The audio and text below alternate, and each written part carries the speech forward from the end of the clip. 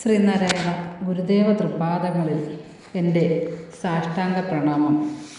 ശ്രീ മങ്ങാട് ബാലേന്ദ്രൻ സാറിൻ്റെ ഗുരുദേവ കഥാസാഗരം ഭാഗം 76 കൈതക്കോണത്തെ കുന്നുകൾ.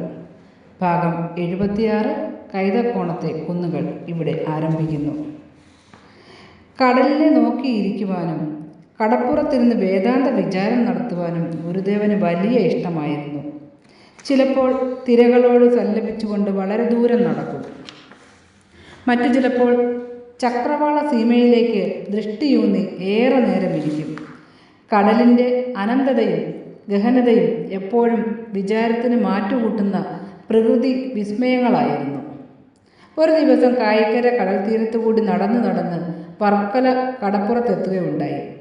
സമുദ്രതീരത്തെ വലിയ ഉയരത്തിലുള്ള മൺതിട്ടകളും അതിൻ്റെ അടിത്തട്ടിൽ നിന്നും ഊറി വരുന്ന ശുദ്ധമായ നിരവധി നീരുറവകളും ഗുരുദേവനെ വളരെയധികം ആകർഷിച്ചു. ആ അപൂർവ കാഴ്ചകളിൽ രമിച്ച് മണിക്കൂറുകളോളം അവിടെ ഇരിക്കുകയും കിടക്കുകയും ചെയ്തു. പിന്നീട് ഓവ് വെള്ളത്തിൽ കുളിച്ചു. സമീപത്തുള്ള ജനാർദ്ദന സ്വാമി ക്ഷേത്രവും സന്ദർശിച്ചു. അതിനുശേഷം കൈതക്കോണം എന്നൊരു ഉൾനാട്ടിലെത്തി. വൻമരങ്ങളും കുറ്റിക്കാടുകളും കുന്നുകളാൽ ചുറ്റപ്പെട്ടതുമായ ഒരു പ്രദേശമായിരുന്നു അത്. അവിടുത്തെ ഉയരമുള്ള 2 കുന്നുകൾക്കിടയിലുള്ള തിരുവിതാംകൂർ സർക്കാർ വലിയൊരു തുരപ്പ് നിർമ്മിച്ച് പൂർത്തിയാക്കിയിട്ടുണ്ടായിരുന്നു.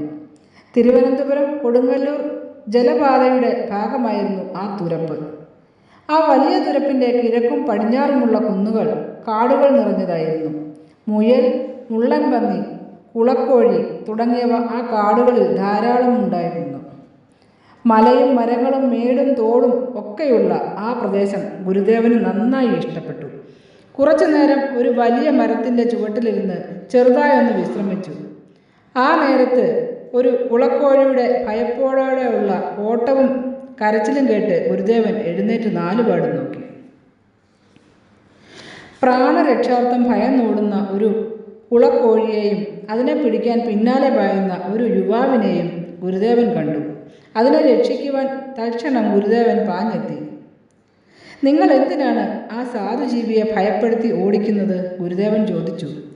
മുൻപെങ്ങും കണ്ടിട്ടില്ലാത്ത ഒരപരിചിതൻ്റെ പെട്ടെന്നുള്ള ചോദ്യം കേട്ട് നാട്ടുകാരനായ ആ യുവാവ് ആരോ പിടിച്ചു നിർത്തിയതുപോലെ നിന്നു. എന്നിട്ട് ആകവെ ഒന്ന് നോക്കിയിട്ട് മറുപടി പറഞ്ഞു. എൻ്റെ കുരുക്കിൽ നിന്നും രക്ഷപ്പെട്ടുകൊണ്ട് ഓടുകയാണ്. പക്ഷേ രക്ഷയില്ല. ഞാൻ ഇപ്പോൾ തന്നെ അതിനെ വകവരുത്തുന്നുണ്ട്. ഗുരുദേവൻ: കഷ്ടമല്ലേ അത്? നിങ്ങളെപ്പോലെയുള്ള ഒരു ജീവനല്ലേ അതും? ജീവികളെ കൊല്ലുന്നതും തിന്നുന്നതും പാപമാണെന്നറിയില്ലേ? അത്രയും കേട്ടപ്പോൾ ആ യുവാവിന് കുളക്കോഴിയെ പിടിക്കണമെന്നുള്ള ആവേശമടങ്ങി. അയാൾ അവിടെ തന്നെ നിന്നു. ഗുരുദേവൻ: എന്താണ് പേര്? വീടെവിടെയാണ്? യുവാവ്: എൻ്റെ പേര് ഉസ്മാൻ പിള്ള എന്നാണ്. ഇവിടെ അടുത്ത് തന്നെ വീട്.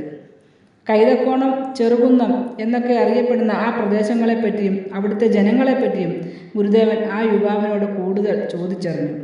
കാഴ്ചയിലും സംഭാഷണത്തിലും തൻ്റെ മുന്നിൽ നിൽക്കുന്നത് ഒരു സാധാരണ മനുഷ്യനല്ലെന്ന് ഉസ്മാന് തോന്നി. അയാൾ പെട്ടെന്ന് തൻ്റെ വീട്ടിലേക്ക് ഓടിപ്പോയി. ഒരിലയിൽ കിഴങ്ങു പുഴുങ്ങിയതും ഒരു കരിക്കുമായി വേഗം മടങ്ങിയെത്തി. അത് ഗുരുവിന് മുന്നിൽ വെച്ചു. പിന്നീട് ഗുരുദേവനെ വിട്ടുപിരിഞ്ഞ് വീണ്ടും ഒരു കുളക്കോഴിയെ പിടിക്കാൻ ഓടുവാൻ ഉസ്മാൻ പിള്ളയ്ക്ക് തോന്നിയില്ല. അതിനുശേഷം അയാൾ ഒരു അനുചരനെ പോലെ ഗുരുദേവൻ്റെ കൂടെ കൂടി നടക്കുവാൻ തുടങ്ങി. നമിച്ചിടുന്നേൻ ശ്രീ ഗുരുദേവാ തവ തിരുപാദങ്ങൾ, സ്തുതിച്ചിടുന്നേൻ ഞങ്ങൾ നിത്യം നാരായണമൂർത്തി. ശരണം ശരണം ശരണം തരണേ ശിവഗിരി ഗുരുദേവാ, തവ തിരുപാദം ശരണം തേടും നടിയങ്ങൾ ഞങ്ങൾ. ശ്രീ മങ്ങാട് ബാലേന്ദ്രൻ സാറിൻ്റെ ഗുരുദേവ കഥാസാഗരം ഭാഗം 76 കൈതക്കോണത്തെ കുന്നുകൾ ഇവിടെ അവസാനിച്ചിരിക്കുന്നു. ഇതിൽ വന്നിട്ടുള്ള തെറ്റുകുറ്റങ്ങൾ സദയം ക്ഷമിക്കണമെന്ന് ഗുരുദേവനാമത്തിൽ അറിയിക്കുന്നു. നന്ദി, നമസ്കാരം. ഗുരുധർമ്മം വിജയിക്കട്ടെ.